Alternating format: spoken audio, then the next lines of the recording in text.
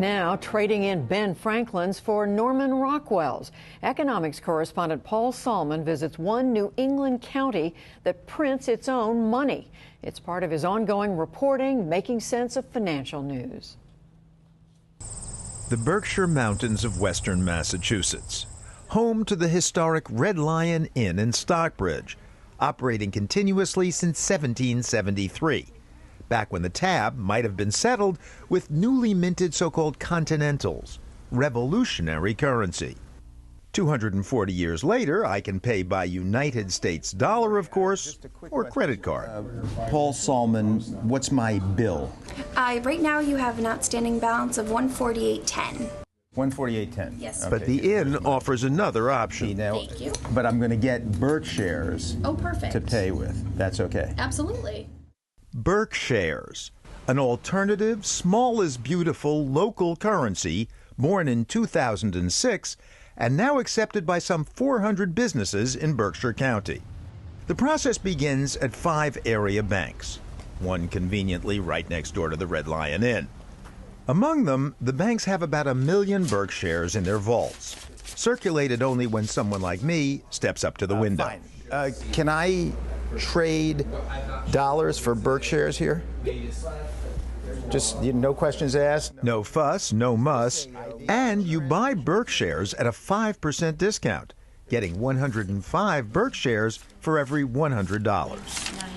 700. For my $700 to cover our crew costs for several nights at the inn, 735 BerkShares.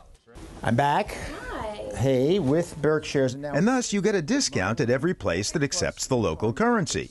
Because at the bank, it takes 105 BerkShares to buy back $100. The main purpose then... BerkShares is just a way to keep money within the community. Brian Butterworth is the Red Lion Inn's director of sales. We don't make money off of it or lose money off of it. But wait a second, I just got a 5% discount. That's not good for the Red Lion Inn, is it?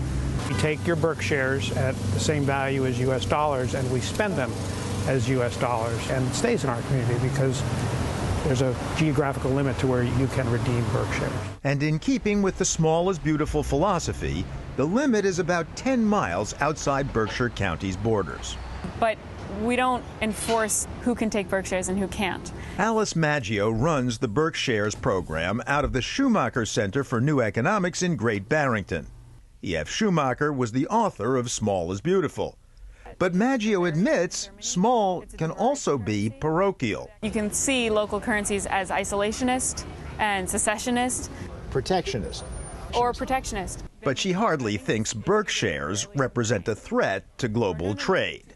We used to have this system in this country. We used to have local currencies everywhere. Yes. That's what we'd like to see again, is these regional currencies that work for their region, and then a national currency. Why not?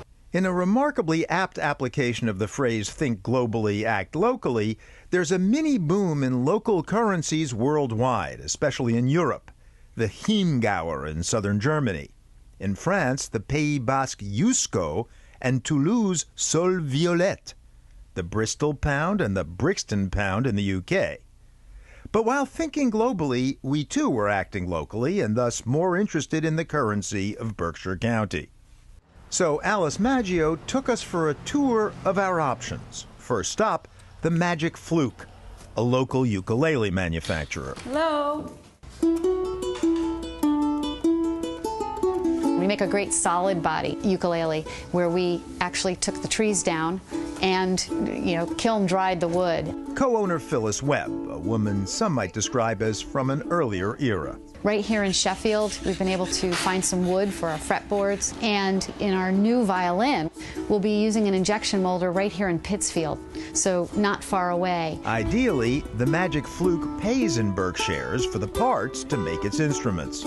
We do sell all over the world, but we hire local people. It's good for our country to keep manufacturing here. It's about community support. It's about shopping local. It's about sustainability right here where we live and we work. Now, the Berkshires are known for a certain kind of lifestyle, which attracts what you might call cosmopolitan locals.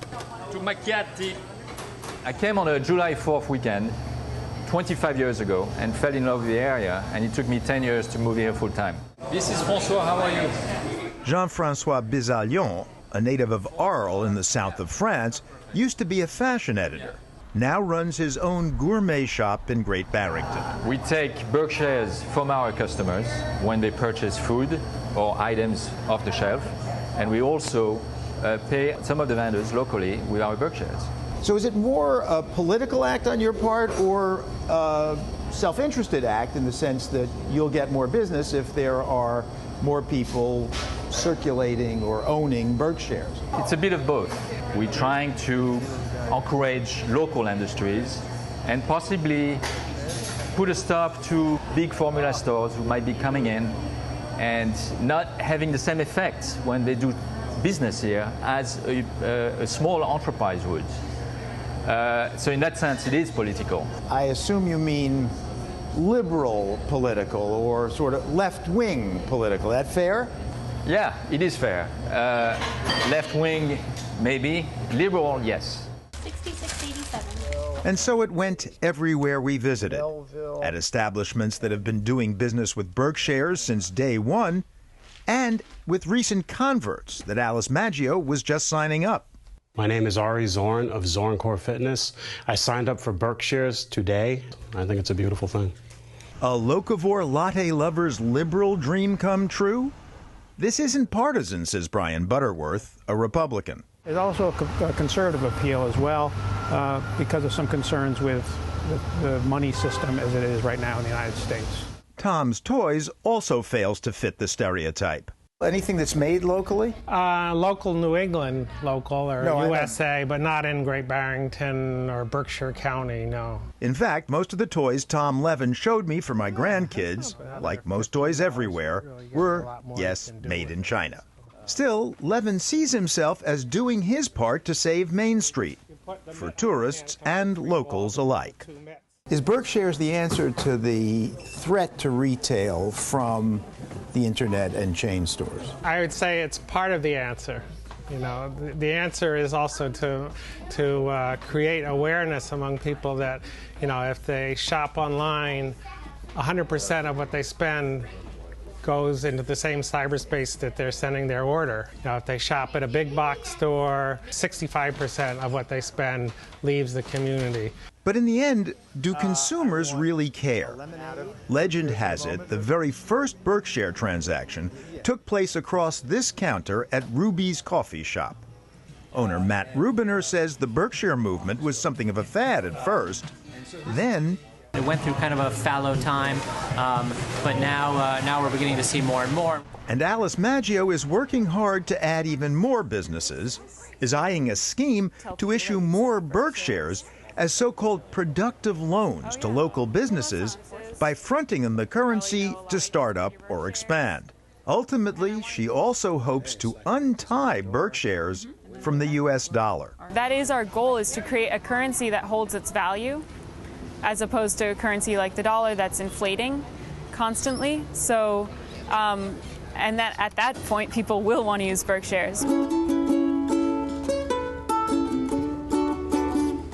And for folks in places like Berkshire County, under the cloud of both deindustrialization and globalization for decades now, the hope is that here comes the sun once more.